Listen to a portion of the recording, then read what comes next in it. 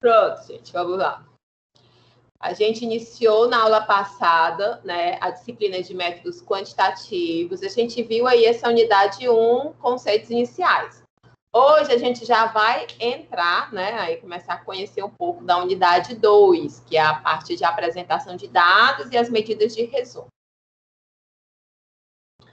Então, a unidade 2 é para que a gente aprenda a organizar os dados coletados em uma pesquisa aí por meio de tabelas e gráficos, para que a gente consiga estabelecer a tabela e o gráfico que seja mais apropriado para cada tipo de variável, para entender como é que a gente pode extrair informações de tabela e gráfico por meio das medidas de resumo, medidas resumo, e também definir os conceitos aí de assimetria e curtose.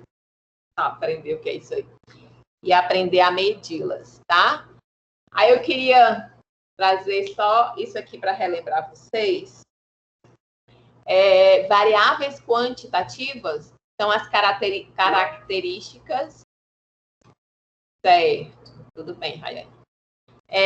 Variáveis quantitativas são as características que podem ser medidas em uma escala quantitativa, ou seja, elas apresentam números, né, valores numéricos que fazem sentido. Podem ser contínuas, como a gente viu, né, ou discretas. As variáveis discretas são aquelas características mensuráveis que podem assumir apenas um número finito ou infinito contável de valores.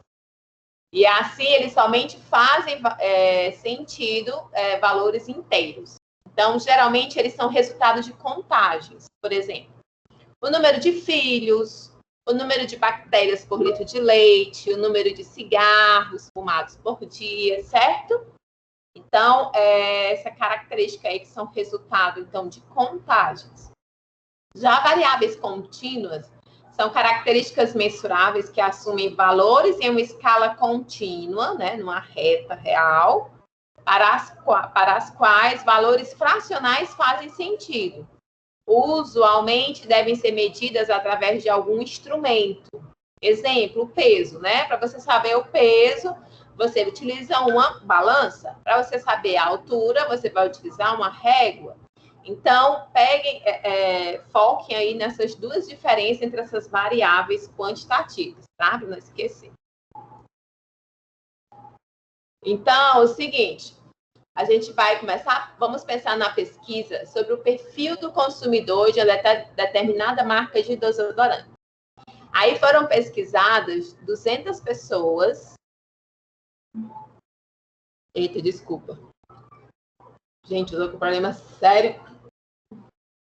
Vai dar separado. Vamos imaginar, então, que determinada marca de desodorante está fazendo uma pesquisa com 200 pessoas. E a seguir estão as variáveis consideradas para essa pesquisa. Primeiro é descobrir, eles perguntam qual é o gênero do consumidor, depois a idade, peso, a altura, grau de instrução, né? E a periodicidade na prática de atividade física, por exemplo, né? E aí eles vão dando aqui, ó, gênero do consumidor, a opção vai ser o feminino ou masculino. A idade, né? A gente sabe que é um número. O peso vai ser em quilo, a altura em centímetros, o grau de instrução, você vai ter que determinar se a pessoa tem até o fundamental, o médio ou o superior. E a periodicidade de prática de atividade física por semana vai ser aí definida em números, né? Se é nenhum dia na semana, 1, 2, 3, 4, ok?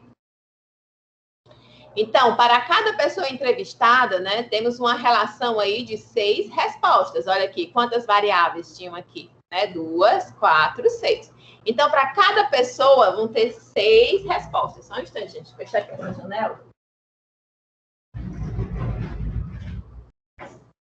Essa época de política, o povo faz muito barulho.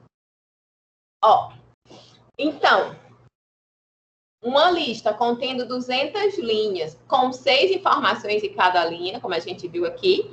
Então, eles fizeram o seguinte, fizeram 6 colunas, né?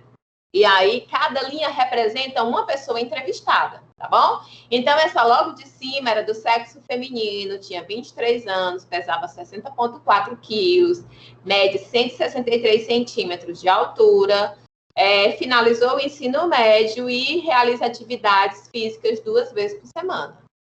E aí vão as outras informações. Só que a gente teve aí, nesse caso, são 200, né?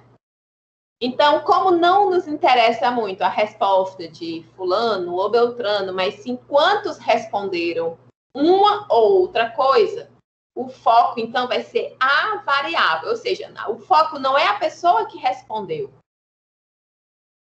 mas tentar tirar dali os dados a partir da avaliação das variáveis. Então, é imprescindível que haja uma organização destes dados, né? Que eles sejam apresentados de forma que realmente forneçam informações. E esta apresentação ela pode ser feita de 2 formas distintas e não excludentes. Através de tabelas ou também de gráficos, pode ser e ou, né? Você pode usar tabelas e gráficos. Vamos falar aqui sobre distribuição de frequência. Voltando ao exemplo, né, já proposto, cada uma destas variáveis ela pode ser apresentada por meio de uma tabela, relacionando as opções de respostas com o número de ocorrências de cada uma, certo? Então, relaciona as opções com o número de ocorrências. É aconselhável a inclusão de um título sucinto aí na primeira linha, explicando do que trata a variável, tá? A data e o ano da pesquisa. E lá no rodapé mencionar a fonte, né? Sempre terá que ter a fonte, nem que seja fonte própria. Se a variável for quantitativa, devemos decidir aí pela precisão dos dados, ou seja, aquela questão lá do arredondamento, né, inclusive. E toda a tabela deve respeitar o mesmo número de casos decimais pré-estabelecidos. Gente, se a gente fala de pesquisa, a gente fala de padronização.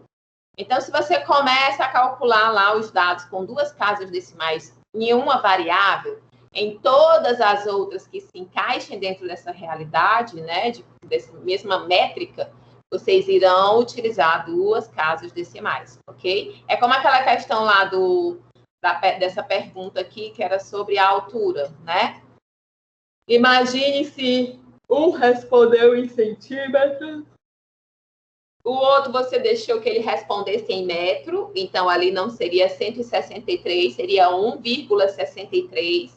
Então, isso vai dificultar na hora de você analisar esses dados, porque eles vão estar em grandezas diferentes, por assim dizer. Um vai estar em centímetros, outro vai estar em metro. Como é que você não consegue, né, avaliar 2 grandezas, assim, tentar juntar as duas, né? Teria que ser aí 2 tipos de altura, então. Então, isso dificulta. Então, pensem sempre em padronização. Assim como nas demais séries estatísticas, as distribuições de frequência, elas se apresentam em colunas, tá? Na primeira, constam as possibilidades de respostas para aquela variável. Na segunda, o número de ocorrências para cada possibilidade, que recebe aí o nome de frequência absoluta, tá? Ou simplesmente frequência. Denotadas aí, geralmente elas são indicadas por NI. Então, além dessas 2 colunas, né, algumas vezes é interessante a inclusão de uma terceira, contendo aí as frequências relativas. E o que são as frequências relativas? Nada mais são do que quanto cada frequência representa em relação ao todo. A representação dela aí é por FI. Aí a gente tem um exemplo, né? A tabela a seguir apresenta a variável gênero, que apresenta 2 possibilidades de resposta, como a gente viu lá, feminino ou masculino.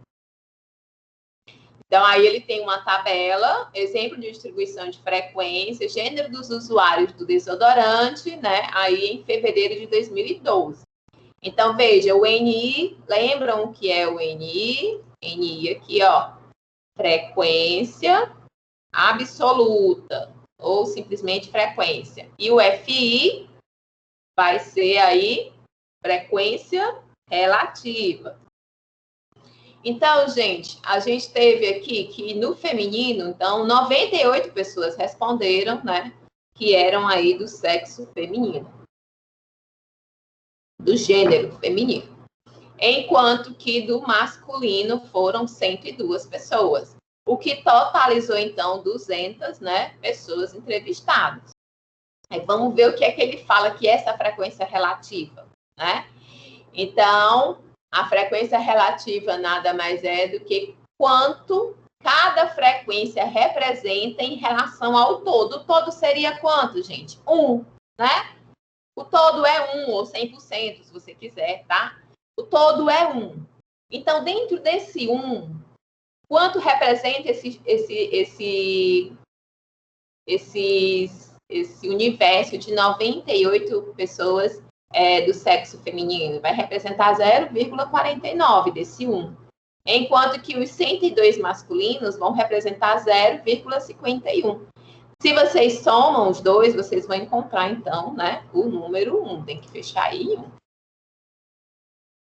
Então, ele vai dizendo aí, para você encontrar o valor do FI, que é a frequência relativa, você deve dividir o valor da NI, que é a absoluta, né, pelo total da NI. Ou seja, aqui no nosso exemplo, se a gente fosse pegar o feminino, então a gente ia pegar 98, né, e dividir aí, que falou, dividir o valor do NI pelo total do NI. Então, pegar o 98 e dividir por 200, que foi o total aqui embaixo, ok? E exatamente o que ele está fazendo aqui, né?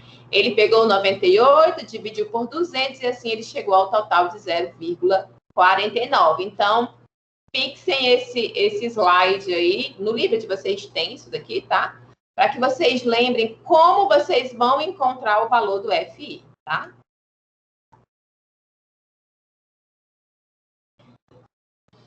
Aí vamos entender melhor a tabela, né, que ele estava falando lá. Então, para a variável gênero, né, a gente já viu aí que eram 98 pessoas do feminino, 102 do masculino, totalizando 200, né?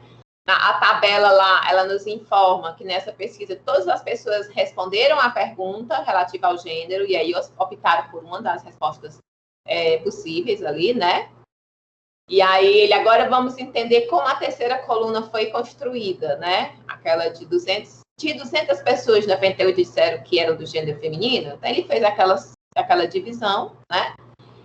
A frequência relativa observada para esse gênero foi 98 por 100, que é igual a 0,49. Analogamente, ou seja, no mesmo raciocínio, em 200 pessoas, 102 se declararam de sexo masculino, gênero masculino. Então, uma frequência relativa de 102 dividido por 200, que deu 0,51. Se você pegar essas duas frações, né, 98 mais 200, mais 102, olha, 98 dividido por 200, mais 102 dividido por 200, você lembra um pouquinho da regra de matemática? Eles têm o mesmo denominador, então você repete o denominador e soma a parte de cima. Então, vai dar 200 sobre 200, que é igual a 1. Então, independentemente da variável, qualquer distribuição de frequência deve apresentar 1 como frequência relativa total, ok? Fixe aí. Algumas vezes, a inclusão de uma quarta coluna na distribuição de frequência é bastante útil. Trata-se agora da frequência acumulada. Como o próprio nome sugere, ela é obtida acumulando-se as frequências relativas. Lembra qual é a relativa, gente?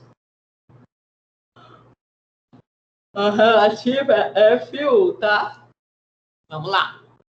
Outra tabelinha, então. Agora, vocês estão vendo aí, do lado direito, uma nova tabela, né? Aliás, perdão, uma nova coluna.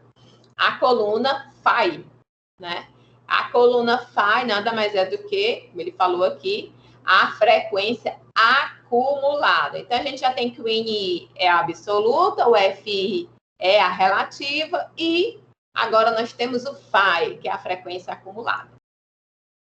E aí, aqui é com relação ao grau de instrução, né? Então, eles tinham como opções aqui responder se tinham o ensino fundamental, médio, superior, e também eles indicaram aqui as pessoas que não responderam. Naquele exemplo lá do gênero, não tinha essa opção aqui embaixo, porque todas as pessoas indicaram, né, qual era o seu gênero. Aqui, algumas optaram por não responder essa pergunta. Então, nesse caso aí, a gente teve que 21 pessoas já tinham o fundamental, tinham apenas o fundamental, 92 pessoas tinham o médio, 84 tinham até o superior e 3 não responderam. Se você soma tudo isso, né, você vai chegar num total de 200 respostas. Isso é a minha frequência absoluta. Mas se eu quiser saber em relação ao todo, quanto essas 21 pessoas representam, então eu vou pegar o 21 e dividir por 200, né? Vou pegar o 92, vou dividir por 200, vou pegar o 84, vou dividir por 200, vou pegar o 3 e vou dividir por 200. Quando você fizer cada continha dessas, você vai encontrar essa coluna aqui do FI, que é a relativa, ou seja, 21 pessoas que tinham apenas o fundamental completo equivale a 0,10, né? 92 pessoas de 200 que tinham até o médio completo representam aí 0,46. 84 pessoas que tinham até o superior, né? Representam 0,42 e as pessoas que não responderam representa 0,02, tá? Totalizando aí 1, que é o total que deve ter sempre. Agora, como é que faz o cálculo da FAI? Ela é acumulada, tá? Então, a primeira coisa que vocês vão ver é o seguinte, ó. A primeira, você vai só repetir. Vocês estão vendo que aqui no ensino fundamental, a gente tem a relativa igual a 0,10 e a gente vai ter a FAI igual a 0,10. Agora, eu vou acumular. A partir do médio, o que é que eu vou fazer? O médio, a gente tem que a relativa aí para o ensino médio é de 0,46. Só que lá na FAI eu não já tinha 0,10? Então, eu vou pegar 0,10, somar com esse 0,46 do médio e vou ter, então, a FAI acumulada de 0,56. E assim eu vou somando 0,56 aqui com o 0,42 do ensino superior e vou ter, então, uma frequência acumulada de 0,98 até chegar ao 1. Então, na segunda linha, né, a partir da segunda linha, a gente viu que a frequência acumulada ela é formada pela soma da frequência acumulada da linha anterior, né, com a frequência relativa da segunda linha e assim vai, né, como eu fui mostrando ali no exemplo. Mas vocês sabem o porquê disso? Eu vou mostrar aqui o que é que isso significa, o que é que isso traz de informações para mim, né? Então, vamos interpretar a frequência relativa, a FI, da seguinte forma. Dentre aquelas respostas lá, aquele 0,10, na verdade, quer dizer que 10% das pessoas ouvidas possuem, pelo menos, o nível fundamental de instrução. Daquelas 200 pessoas, 46% delas, né, possuem nível médio. E 42% possuem aí nível superior, ok? Agora, como é que eu vou interpretar a frequência acumulada, FAI? Vai ser o seguinte, gente, 10% daquelas pessoas possuem pelo menos o nível fundamental. Até 56% das pessoas ouvidas possuem pelo menos o nível médio de instrução. Então, ele vai nos dar um limite. Até 98% das pessoas ouvidas possuem pelo menos o nível superior de instrução. A tabela a seguir vai apresentar os dados controlados para a periodicidade de atividade física. Aí, vejam, a gente tem de 0 dias, 1 dia, 2 dias, 3 dias, 4 dias, 5 dias, 6, 7 dias. Temos aqui o NI, frequência absoluta, FI, frequência relativa, FAI, frequência acumulada, ok? Então, aqui nós temos os resultados das pessoas que responderam, né? A gente vê que as pessoas que fazem 7 dias por semana são apenas 4. A gente consegue ver que a maioria, né, pratica exercício 2 vezes por semana.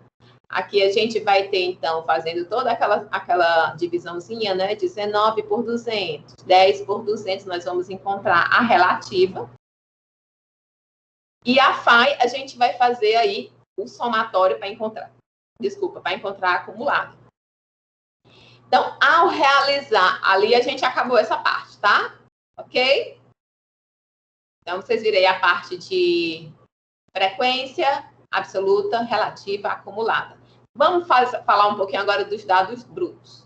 Ao realizar uma pesquisa, a gente tem os dados brutos, né? Na hora que você vai lá e as pessoas te respondem, você está com dados brutos. Ou seja, é o conjunto de dados obtidos após a crítica dos valores observados em campo e trazidos aí para análise da forma como foram coletados. Suponha que em 2014 o RH da empresa XYZ tenha realizado uma pesquisa com seus colaboradores, né, para saber as suas ideias. Os dados obtidos foram os seguintes. As suas ideias não, meu povo, as suas idades. Eles queriam saber as idades, né? Então, eles tiveram todas essas respostas aqui, ó. Um disse que tinha 16, o outro 16, o outro 25, 24, 22, 18, 27. Olha o 25 aí de novo, 29, ok? Esses dados, como estão aqui, são os dados brutos. Apenas foi repetido o que cada um respondeu. Ao iniciar a análise dos dados brutos, a gente os coloca em ordem crescente ou decrescente, tá? Esse processo de você organizar é chamado de rol. Então, levando em conta a pesquisa realizada, que a gente deu agora o exemplo, a gente vai realizar o rol da pesquisa. A gente vai primeiro aqui colocar em ordem. No caso aqui, ele colocou em ordem crescente, do menor para o maior. Então, você agora consegue ver que ele primeiro começa pelo quem tem 16 anos, outra pessoa com 16, outra com 18, 20, 21, 22, vocês veem que tem uma ordem, tá? Organizado, tá? Então, já tá aí num rol. Ok? Agora vamos falar um pouquinho sobre amplitude total ou range, R. A amplitude total é a diferença entre o maior dado observado e o menor. Vamos ver aqui. Ó, se a gente tivesse apenas com esses dados brutos, fica muito mais difícil da gente enxergar essa amplitude, não fica? Então, por isso a gente organiza, né? Agora, eu consigo observar qual é o meu menor número aí? É o 16. Qual é o maior? É o 39. Então, o rol vai ser igual a 39 menos... Aliás, o rol não, gente, desculpa. A amplitude total. 39 menos 16, que vai ser igual a 23. Aí a gente vai relembrar a distribuição de frequência, né? A distribuição de frequência é o arranjo dos valores e suas respectivas frequências. Portanto, a distribuição de frequências para esse exemplo aí das idades vai ser a seguinte. Pronto, vocês estão vendo aqui? Então, ó, com qual frequência 16 anos apareceu? 2, né? Foram 2 vezes. 18, 1. Então, eles fizeram esse trabalho agora já de tentar, então, condensar esses valores, compilar esses valores, né? De uma forma mais aglutinada. Ok? Então, nós temos o total aí de 25 pessoas que responderam e aqui nós temos a frequência. A idade que mais se repetiu foi a de 25 anos. São 3 pessoas que têm essa idade, né? O restante, né, a maioria, cada um tem uma idade diferente. Então, vamos supor que nós realizamos uma pesquisa com um peso, né, massa aí, né, de 100 pessoas. E nos deparamos com o corpo da seguinte distribuição de frequência a seguir. Vamos ver. Ó, vejam que aqui eles colocaram em intervalos, né? Por quê? Porque intervalos, nesse caso, é a melhor forma de você medir. Imagine, gente, peso é uma coisa que ninguém vai ter, é muito difícil. Você conseguir um peso exatamente igual ao da outra pessoa. Eu posso ter uma pessoa, eu peso cerca de 70 quilos. Aí tem outra pessoa aqui também que está mais ou menos 70 quilos. Só que eu vou pesar 70,1, a outra vai pesar 70,2. Então, fica muito mais difícil você aglutinar, fazer essa frequência. Então, é colocado intervalos, né? Então, aqui ele colocou de 45 a 50 quilos, 3 pessoas. De 50 a 55, 55 a 60 quilos, e assim foi, tá? Exemplo aí de uma distribuição. Peraí, que eu não consigo ler com esse negócio aqui na frente. Só um instante. Opa! Deixa eu abrir aqui o slide em outro local, que eu não consigo ler ali. Opa, pronto. De frequência de variável contínua. Quando é assim em intervalo, é o que a gente chama de variável contínua. Aqui nesse outro exemplo, né, a gente tinha uma variável, a variável, ai meu Deus, discreta. Minha cabeça não presta mais para nada, gente, desculpa. Pronto, então aqui a gente tem discretas, são números fechados, aqui a gente tem intervalos, então é de natureza contínua, tá? A frequência. Então a gente analisou aí o peso dessas pessoas, né? E aí, pronto. Aí vocês estão vendo que foram feitos intervalos aí, né? 45 a 50 quilos, 50 a 55. Como é que determina isso? A gente vai falar de número de classe. Não há uma fórmula exata para se calcular o número de classes. Varia de bibliografia para bibliografia, pesquisas ou até mesmo modelos para que a pesquisa fique melhor apresentada àqueles que irão analisá-la. Ou seja, para cada situação, né, vai ser uma realidade diferente, não tem uma receita de bolo, né? Vamos abordar as mais utilizadas. A gente tem algumas fórmulas. A gente tem essa fórmula aí de Sturges, onde esse K, olha aqui o K, vocês estão vendo esse... Tá aqui o K, troca. K vai ser aproximadamente igual a 1 mais 3,22 logaritmo de N. Vocês lembram de logaritmo? É. Onde N é o tamanho da amostra. Então, o K vai ser a raiz, né, de N, que é o tamanho da amostra. Exemplo, seja N o número total da amostra igual a 49, então você vai fazer o seguinte, K vai ser igual a raiz quadrada de 49, que a gente sabe que é 7. Então, quando a gente utilizar alguma dessas fórmulas, temos que aproximar o resultado para o número inteiro imediatamente maior. Vamos dizer que aqui tivesse dado 6,70. A gente vai para o número inteiro imediatamente maior. Lembrando que o intervalo das classes pode ser definido através da equipe que é responsável pela realização da pesquisa. A amplitude da classe, né, é o intervalo de variação de cada classe. Se verificarmos o exemplo B do item 2.4, deixa eu ver, o item 2.4 estava aqui. Não, isso.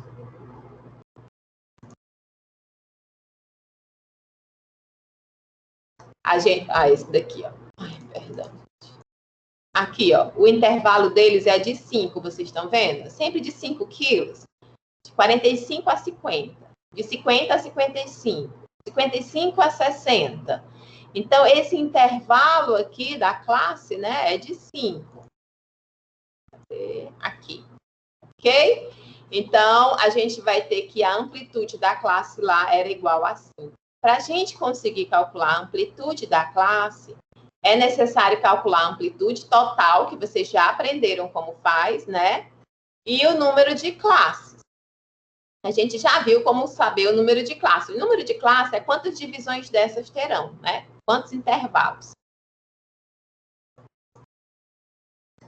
E a fórmula que a gente utiliza para calcular a amplitude das classes vai ser, agora aparece a letrinha E, H, né?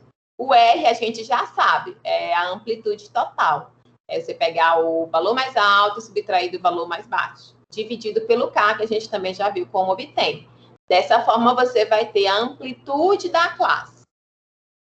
Pronto, tem um exemplo aí, ó. Amplitude total range. A gente vê que o maior número foi 95 e o menor foi 45. Então, você descobre aí que a amplitude total era 50. O número de classes, né? Quantas divisões vão ter aqui? Você vai pegar o K, né? E vai ser igual à raiz desse seu total. Aí, no caso, foram 100, né? A sua amostra. Então, K vai ser igual a 10, porque raiz quadrada de 100 é 10. E agora a gente já sabe, né? Que a quantidade de divisões que a gente vai ter. Agora, a gente tem que saber qual o intervalo que vai haver entre cada, né, em cada classe dessa. Aí é o Hzinho, a amplitude das classes. Então, esse Hzinho nada mais é do que você dividir a amplitude total, que a gente já descobriu que é 50, pelo número de classes, que a gente já descobriu que é 10. Assim, a gente chega à amplitude das classes de 5. É por isso que a gente fez a divisão aqui em 10 linhas, né, dessas, e em cada linha o intervalo de um para o outro é de 5 quilos. Então, ele pegou o menor número que foi dado e aí colocou no intervalo, então, de 5 quilos. E assim foi. Dessa forma, ele conseguiu aí distribuir a frequência, né? Então, se alguém tinha 61 quilos, 63, 64, 60,5, tudo ficou aqui dentro desse intervalo de 60 a 65 quilos. Estabelecidos os intervalos, a gente volta para a série numérica com os dados observados. Como o primeiro intervalo, ele deve contemplar os dados de 45 a 50 quilos. Aí a gente vai contar quantos valores vão se encaixar dentro daquele intervalo, tá? O segundo intervalo, né, que é de 50 a 55 quilos, né? E aí vai. Aí ele traz assim, e se alguém pesar exatamente 50 quilos? Este valor deve ser somado ao primeiro ou ao segundo intervalo, né? Porque se a gente analisar, a gente tinha aqui, ó, 45 a 50 e depois 50 a 55. E se alguém pesar exatamente 50 quilos? Se fizer parte dos dois intervalos, a gente vai estar contando este dado duas vezes, né? Ou seja, a gente precisa decidir aí em qual intervalo a gente vai considerar ele. Segundo as regras do IBGE, para resolver este impasse, nós vamos incluir o limite inferior dos intervalos e excluir o limite superior de cada intervalo. Isso significa que o primeiro intervalo contará com todos os dados que vão de 45 quilos, inclusive, ou seja, inclusive aquele que pesa 45 quilos, até o valor mais próximo possível de 50.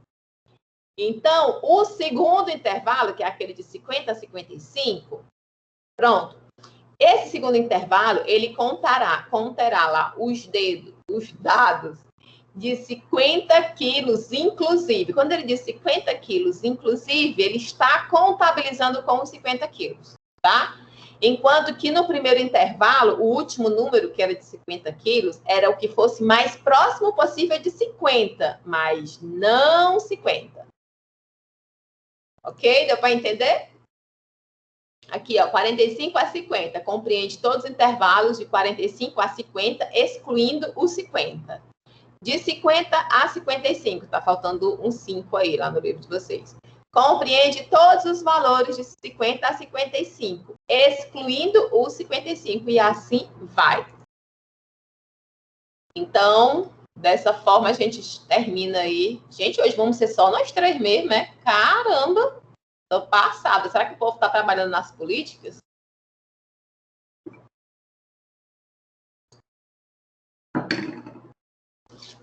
Vamos falar aqui sobre gráficos estatísticos, né?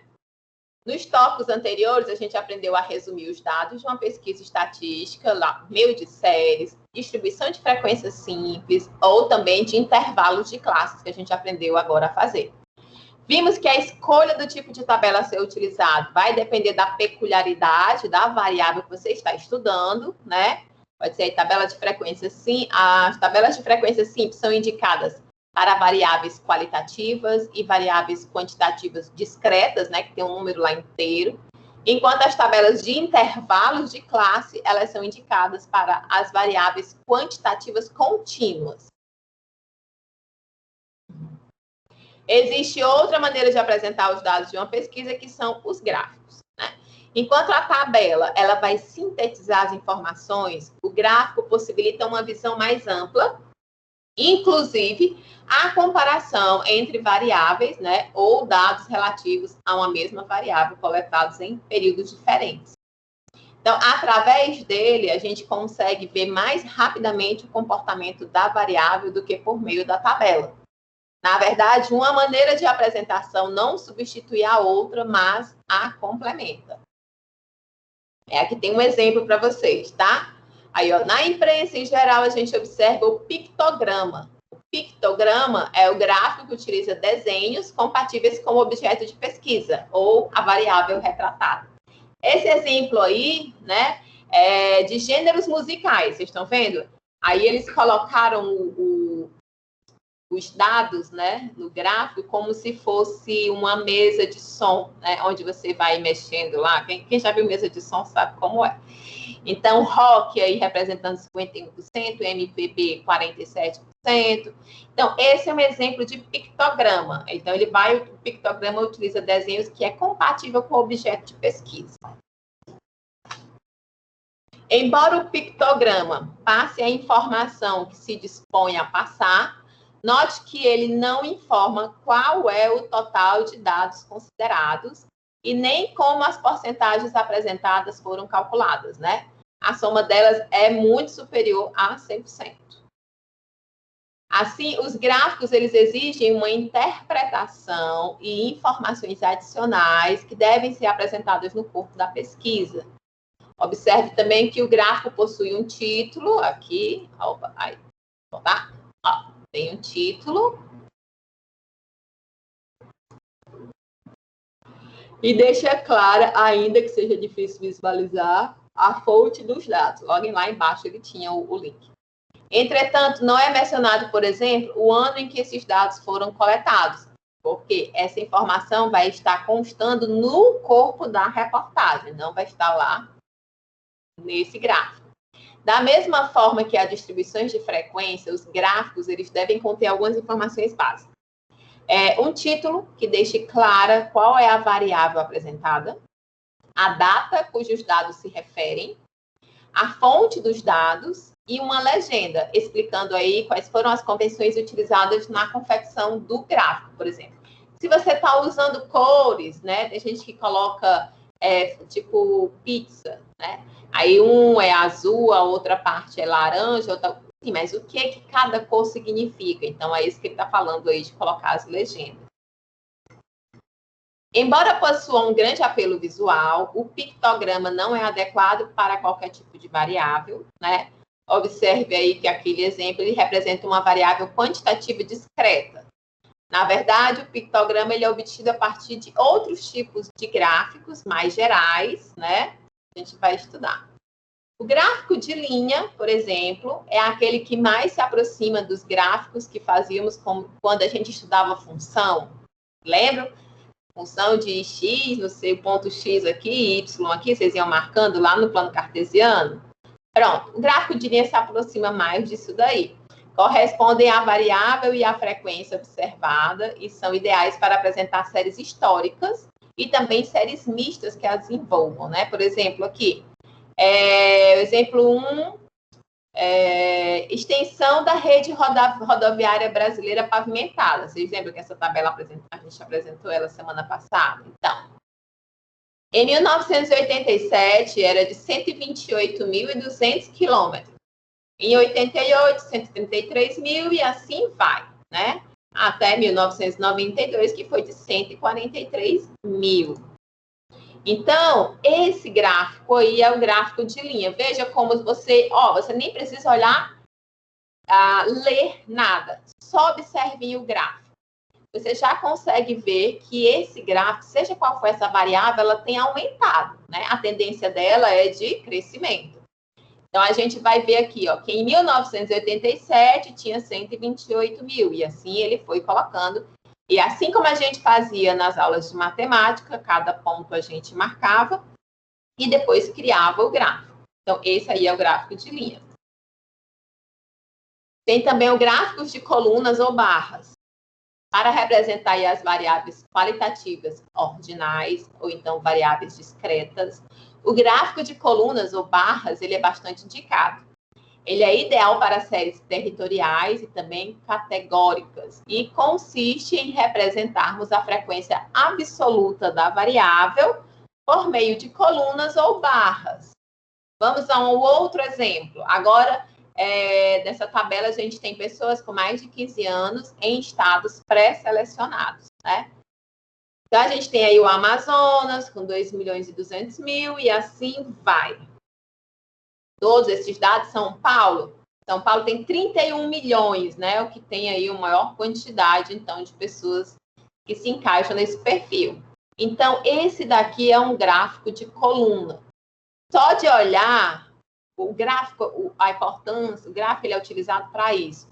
Porque a tabela, você vai ter que ler e interpretar. Você de cara, você não consegue olhar a tabela de cara e já saber, opa, é esse daqui que é o grande. Não. Aí o gráfico te dá essa oportunidade. Primeiro você vê que quem está se ressaltando é esse aqui do meio, né? Não está nem no meio, mas está tão destacado, aí depois você desce e vê, é São Paulo. Nossa, mas olha a diferença de São Paulo para os demais, né? Rio Grande do Sul já está ali mais próximo, vamos dizer assim, menos longe, né, de São Paulo. Mas São Paulo realmente tem um destaque muito grande com relação a essa variável.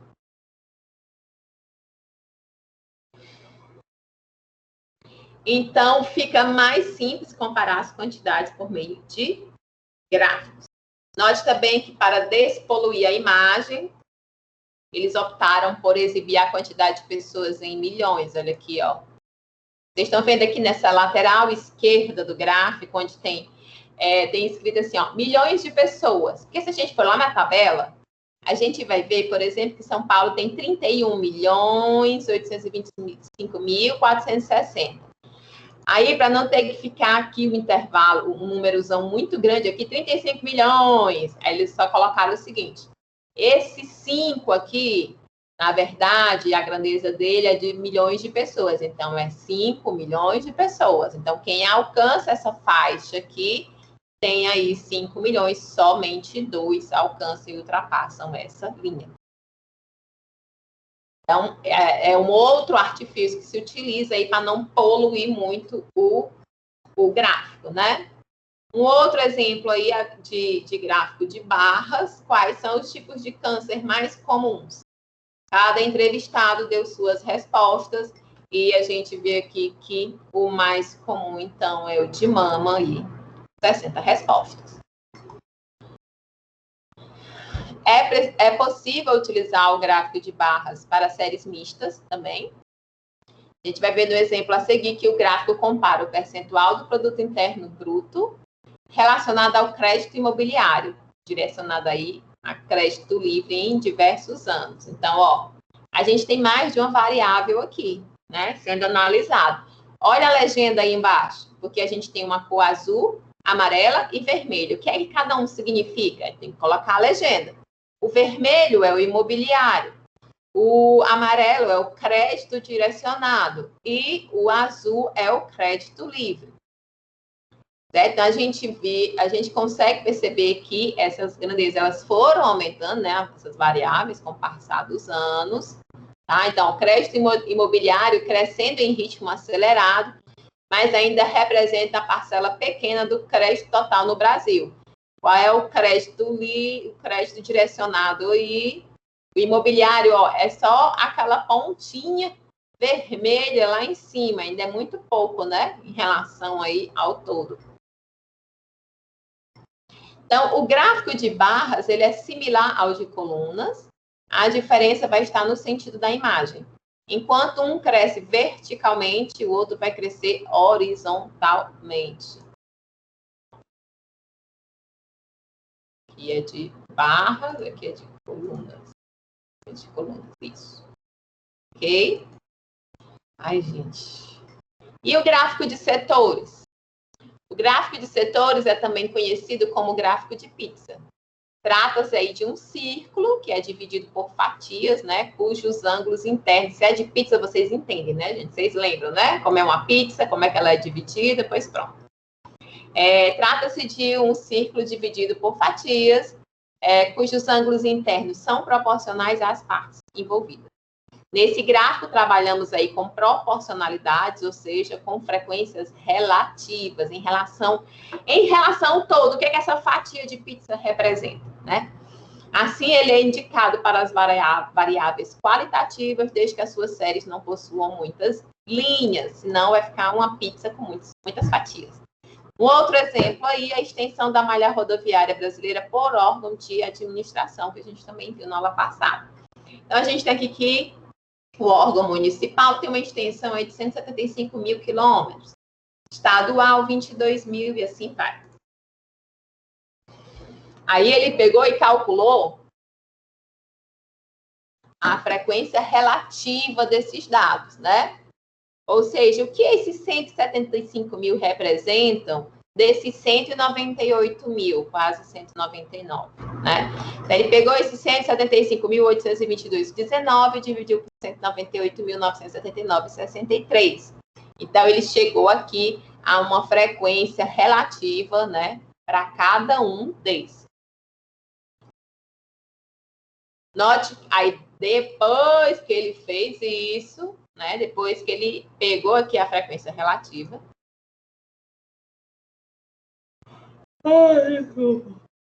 ele pegou e multiplicou essas frequências relativas por 100, e aí ele chegou ao que? Ao percentual. Então, gente, aqui a municipal, né, era 0,8836, se você multiplicar por 100, você vai encontrar 88,36%, então, dessa malha rodoviária brasileira é municipal. 11,11% é estadual e 5,3% é federal. Com base nisso, é calculado aí o ângulo interno para cada fatia dessa, que a gente vai ter uma pizza com 3 fatias. Gente, não se preocupe, hoje no próprio Excel mesmo ele faz isso, tá? Você lança os dados, ele vai e monta, você só clica lá qual é o tipo de gráfico que você quer, ele monta o gráfico na hora. Então, a gente vai ter esse gráfico aí, né? Vejam como a rede municipal, e mais uma vez a gente tem a legenda aí do lado, a malha rodoviária municipal, né, é muito extensa, muito maior, pega quase a pizza toda, e bem pequenininha aqui a fatia representativa do federal. Então, de cara, a gente já vê, né, novamente, qual é a que está sobressaindo aí. O mesmo gráfico pode aparecer no formato de rosca. O povo vai gostar de falar de comida. Então, é o mesmo gráfico, só que em vez de você escolher o tipo de gráfico pizza, você escolheu o rosca. Para mim, parece uma boia. Outros tipos de gráficos, né? Existem aí vários outros tipos de gráficos, que em geral são tipos particulares do que vimos anteriormente, né? Exemplos desses gráficos são, por exemplo, os estereogramas. Versões dos gráficos de setores ou de colunas em 3 dimensões. Olha aí. Olha aí, que lindo. Existe isso daí. Isso é um estereograma em pizza. Ele é em 3D, gente.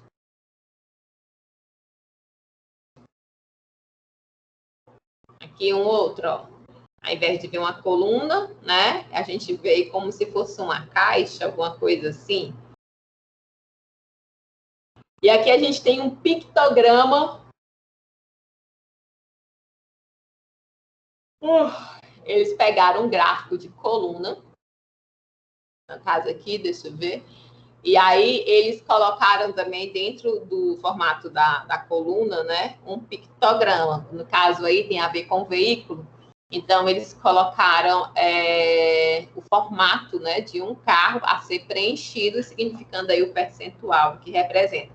Quer dizer, gente, aqui, ó, que esse vermelhinho aqui no Brasil significa que 32% do valor desse carro são impostos. No mundo, esse valor significa até, aliás, esse percentual seria até 16% do valor do carro.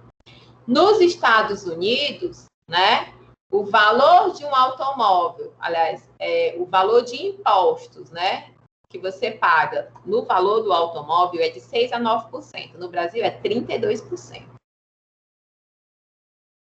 E com isso a gente finaliza o tópico 2, vamos ao tópico 3, que eu acredito que é o último da noite, né? O pessoal não quis vir logo hoje, aula fácil, né? Vocês estão aí ainda, gente? Não dormiram ainda não, né? Edson, Rayane. A Rayane está tentando falar que o microfone dela ficou ligando. Vamos, então, medidas, resumo e medidas de posição, tá? Então, vimos que os dados colhidos, eles podiam ser apresentados em tabelas ou gráficos, facilitando, assim, o entendimento do que foi observado. Nosso interesse agora vai ser resumir essas informações através de algumas medidas, chamadas aí medidas resumo. Obrigada, Raine. Podemos dividir as medidas resumo em medidas de posição e também medidas de dispersão. Suponha que você está indo pela primeira vez consultar um determinado dentista. Ao chegar lá, você observa que, embora o seu horário esteja se aproximando, há uma quantidade razoável de pessoas na sala de espera, ou seja, a sua consulta vai atrasar, tá? Então, como você é uma pessoa ocupada e sabe que vai ter que voltar lá inúmeras vezes, gostaria de ter uma ideia do quanto as consultas costumam atrasar. Então, você está indo nesse dentista, já percebeu que, embora tenha marcado o seu horário de 8h30, mas ainda tem 2 pessoas na frente? Então, você já imaginou assim, bicho, aqui atrasa um pouco. Então, para a próxima vez, para eu me programar? Então, é isso aí que ele quer descobrir.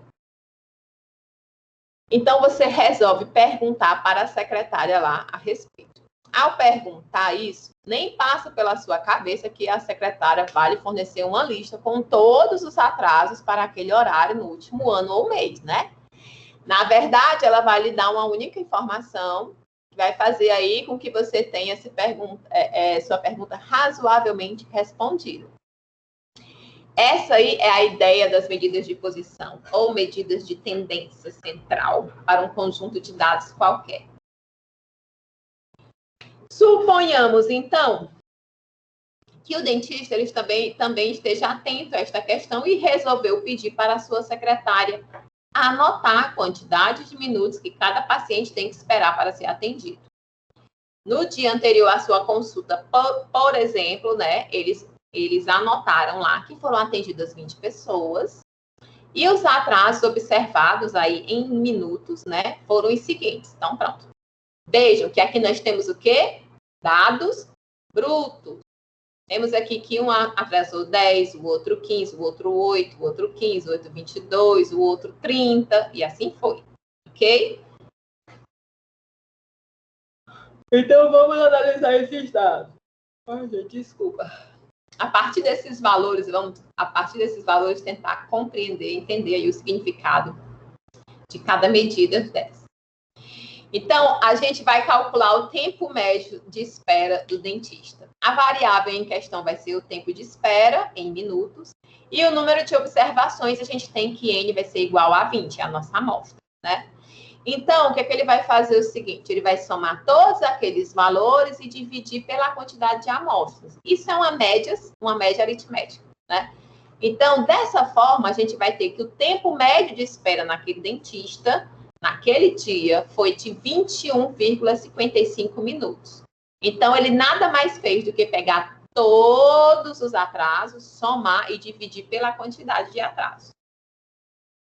Isso é o que a gente chama de média aritmética, né? Então, o valor encontrado para a média não foi observado de acordo com os dados obtidos pela secretária. Ninguém esperou 21,55 minutos naquele dia. Se a gente vir aqui nos dados, você vir aqui, não tem nenhum... Ai, droga. Não tem nenhum desses números aqui que seja 21, quanto foi que deu lá? 55, tá? Então, na verdade, o valor médio, ele não precisa ser igual a um dos valores que foram observados na pesquisa. Para a gente calcular esse tempo médio, né, a gente realizou a soma dos 20, como eu disse para vocês. E uma maneira mais eficiente de calcular a média é através da distribuição de frequência. Aí ele fez a distribuição de frequências, como a gente aprendeu agora no início da aula. Quantos atrasaram 8 minutos? Só um. Quantos atrasaram 15 minutos? 5. Esse foi, inclusive, o número em minutos de atraso que mais se repetiu, né? 5 vezes. Então, ao invés da gente somar 20 mais 20 mais 20 mais 20, a gente faz 4 vezes 20. Dessa forma, ao invés de realizarmos uma soma com 20 parcelas, Como eles fizeram aqui a questão da frequência, agora eu não tenho mais 20 linhas. Agora eu tenho 11 linhas, ok? Então, ao invés de eu somar 15, mais 15, mais 15, até dar 15, 5 vezes, você só faz o seguinte, 15 vezes 5, certo? Porque se repetiu 5 vezes. Então, é isso que ele está falando, ó. 8 foi só 1, então 1 vezes 8, mais 1 vezes 10, mais 5 vezes 15, mais 3 vezes 18, e assim foi até chegar no 1 vezes 45.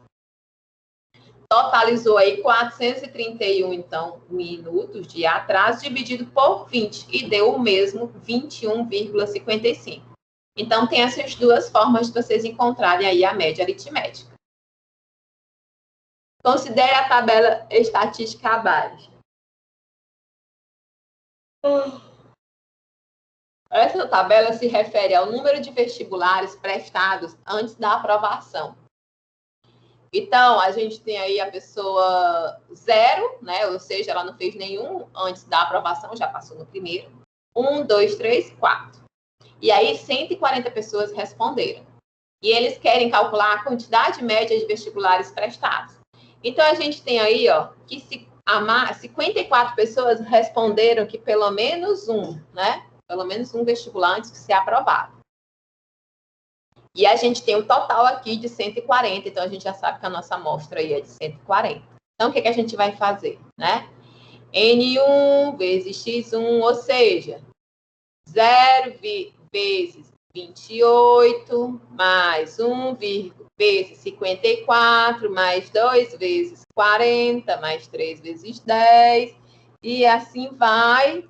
E você vai fazendo as divisões. E o total foi, deixa eu ver aqui, que aqui não fica ruim para eu enxergar aqui só, gente. Pronto, 1,4. Então, a média de vezes que as pessoas fizeram vestibular antes da aprovação foi de 1,4. Notem que 1,4 não consta aqui entre as opções, tá? É só uma média. Ele diz assim, ó, vamos criar uma coluna auxiliar na tabela para facilitar o trabalho. E aí, foi o que ele fez? Ele só fez a multiplicação aqui do lado, tá vendo? É xi vezes ni, só isso. 54 vezes 1, 2 vezes 40, ok? Deu 196. A outra forma aí também de você fazer. Aí ele agora dá aqui uma tabela de distribuição de frequência em intervalos de classe. Aqui é a altura dos estudantes da classe. A gente tem aqui, então, quem fica um intervalo de 128 centímetros a 131, 131 centímetros a 134, 134 a 137, 137 a 140 e 140 a 144. A gente tem, então, que 20 pessoas foram, né, aí coletados os dados de 20 pessoas, e vemos, a gente tem aqui a frequência absoluta, ou seja, 7 delas se enquadram entre 131 e 134 centímetros, 5 entre 134 e 137, e assim vai. Então, a gente sabemos que há 3 estudantes na classe com altura entre 128 e 131, ok? Mas não sabemos quantos medem exatamente 128 ou 129. Para calcular a média, nesse caso aí, né, de classes, precisamos eleger um representante para cada classe, um número que utilizaremos, então, para realizar os cálculos, no caso aí, o ponto médio do intervalo. Depois que a gente fizer isso, é só proceder como a gente fez anteriormente. Vamos aqui. Então, o ponto médio da classe, né, lembrando que cada linha dessa é uma classe, né? Esses intervalos aí. Então, o ponto médio da classe, que ele vai chamar de xi, é a média aritmética. Desculpa. Entre o limite superior e o inferior da classe. Então, nessa classe aí, que vai de 128 centímetros a 131 centímetros, a gente vai fazer uma média dele. Vai pegar o limite superior, que é 131. Né? E o inferior, que é 128. A gente vai somar os dois e dividir por 2. Então, a gente vai ter 129,5 como sendo aí o ponto médio da primeira classe. Aí a gente vai calcular das outras classes, né? Dessa mesma forma. Soma aí os intervalos de cada ponta. E aí, depois que você fizer isso, aí ele fez aqui, ó. Ele foi colocando aqui do lado. Ó, 129. O do 131 a 134 foi 132,5. De 134 a 137 foi 135,5, certo? Então, esse aqui é o XI, que é o ponto médio da classe. E aí, para calcular a média de uma distribuição de frequência de variável contínua, eles usaram, o que eles fizeram? Pegaram, então, vocês estão vendo que tem aí do lado a frequência absoluta, né? Que foi 3, o outro foi 7, ok? Então, vocês vão multiplicar o XI vezes o NI, do jeitinho que a gente fez aqui, ó. Aqui, ó, tá vendo? XI vezes NI. Deu 196, e aí isso daí foi dividido. Opa, vamos lá. Opa, bota aqui um pouquinho. Pronto. Então, se você pegar esse ponto médio, que é 129,5, multiplicar por 3, você vai encontrar 388,5.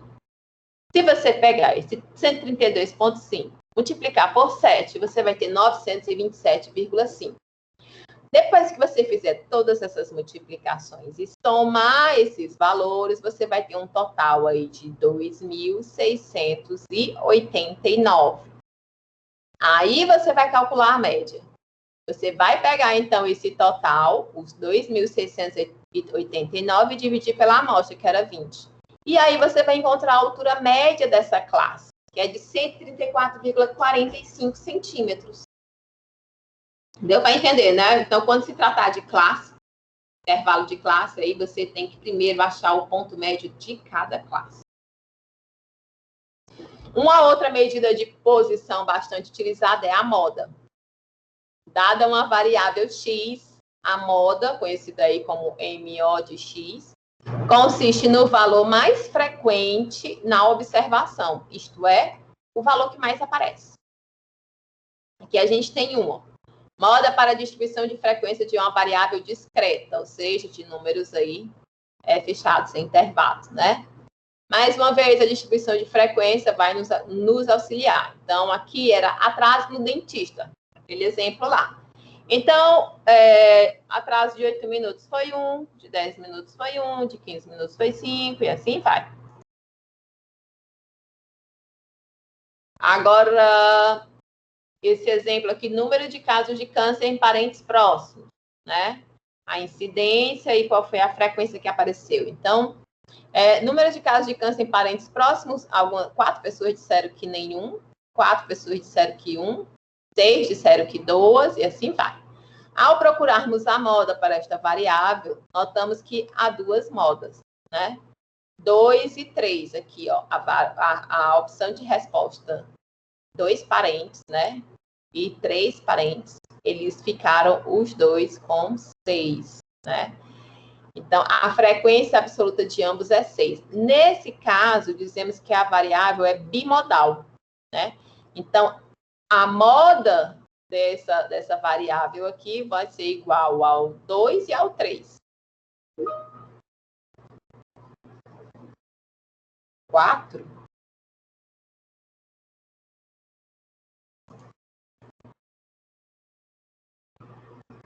É o valor mais frequente.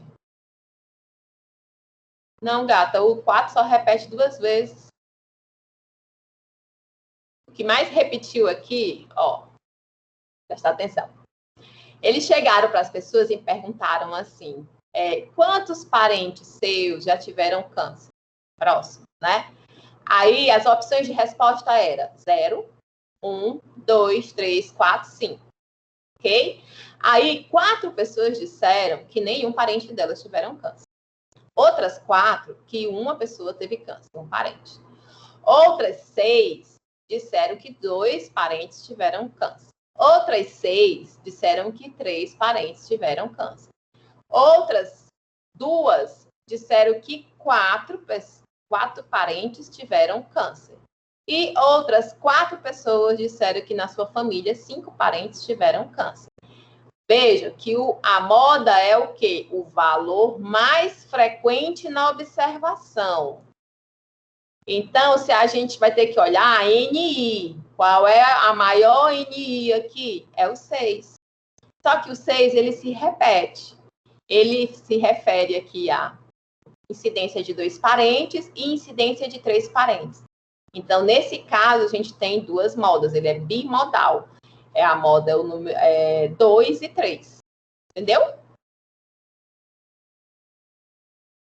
Aqui a gente vai ter que é o 15, né? 15 minutos de atraso é a moda, que foi o que mais se repetiu. 5 vezes. Ok? Então, vamos lá.